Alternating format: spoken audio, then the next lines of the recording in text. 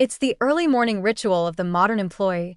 Slam the snooze button, chug caffeine like it's holy water, drag themselves into a meeting where half the attendees look vaguely haunted. They're not lazy or incompetent. They're just tired. Chronically, dangerously tired.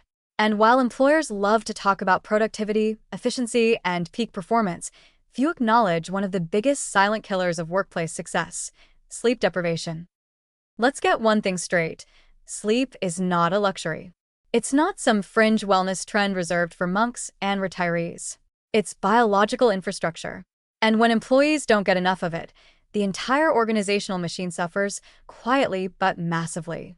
Yet many companies still treat sleep as irrelevant to job performance, or worse, as an obstacle to ambition.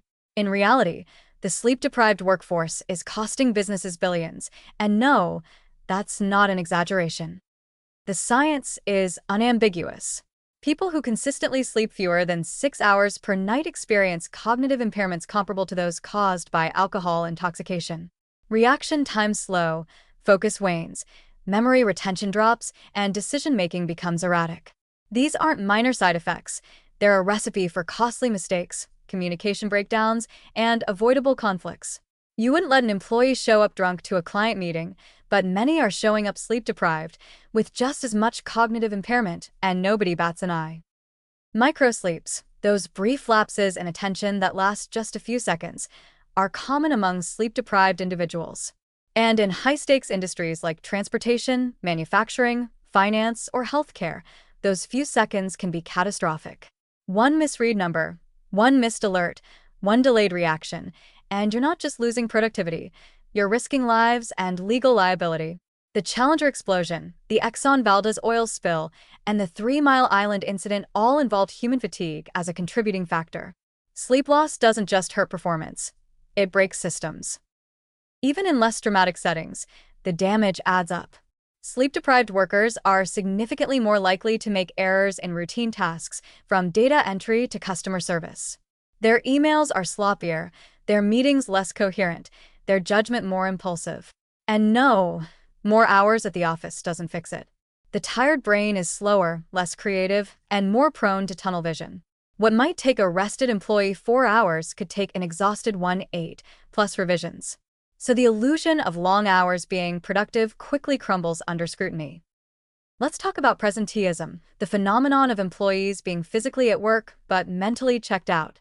Unlike absenteeism, it's harder to measure, but often far more costly. Sleep-deprived workers are present in body, but absent in focus. They may look like they're working, but they're zoning out, forgetting steps, or doing the mental equivalent of walking through fog. According to Rand Corporation estimates, sleep deprivation costs the U.S. economy alone over $400 billion annually due to lost productivity, errors, and increased health costs. And yes, absenteeism plays its role too.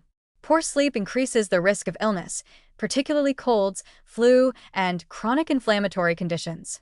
Tired people have weaker immune systems. They get sick more often. They burn out faster. They call out more. They show up late or need more breaks. It's not laziness. It's physiological wear and tear from years of running on empty. Worse, sleep-deprived employees are more prone to mood instability, which means higher conflict potential, more HR complaints, and greater emotional contagion across teams. One sleep-deprived manager can create a ripple effect of dysfunction. Then there's the workplace culture trap, where sleep deprivation is not just tolerated but celebrated. The all-nighter becomes a performance badge. The first in, last out mentality is praised while well-rested workers are side-eyed as less committed. Leaders who sleep less often model toxic expectations for their teams. Ironically, those who do this are often performing worse and making poorer strategic decisions. They're not being visionaries, they're just chronically exhausted and overconfident. Studies show that sleep deprivation reduces self-awareness, meaning tired leaders often think they're doing well while actually dragging everyone down with them. The solution isn't just to hand out wellness pamphlets and install a nap pod next to the ping pong table. It's a total culture shift. Businesses must begin to see sleep not as an individual problem, but as an organizational priority. That means respecting downtime, discouraging after-hours emails, rethinking night shifts, and designing schedules that align with human circadian rhythms. It also means training managers to recognize the signs of burnout and fatigue, and giving employees the flexibility to prioritize rest when needed, not just when it's convenient.